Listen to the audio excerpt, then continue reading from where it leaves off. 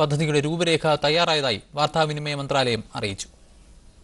Kuwait metropolitan rapid transit system എന്ന പേരിലാണ് Kuwait metro പദ്ധതി അറിയപ്പെടുന്നത്.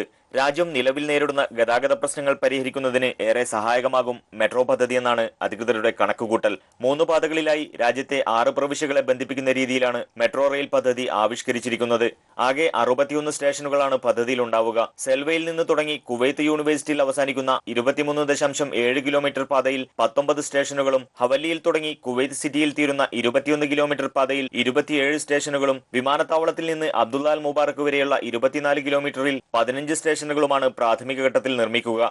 ദുബായ് മെട്രോയുടെ വിജയക്കുതിപ്പിന്റെ പശ്ചാത്തലത്തിലാണ് കുവൈത്തും മെട്രോ റെയിൽപാത യാഥാർത്ഥ്യമാക്കാനുള്ള ശ്രമങ്ങൾ ഊർജിതമാക്കിയത്.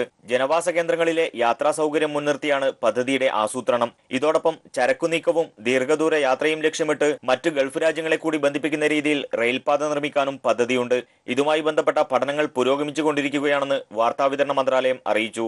വാർത്താവിനിമയ മന്ത്രാലയത്തിന്റെ മേൽനോട്ടത്തിൽ പാർട്ണർഷിപ്പ് ടെക്നിക്കൽ ബ്യൂറോ ആണ് പബ്ലിക് പ്രൈവറ്റ് പാർട്ണർഷിപ്പ് അടിസ്ഥാനത്തിൽ നിർമ്മിക്കുന്ന പദ്ധതിക്ക് ചുക്കാൻ പിടിക്കുന്നത്.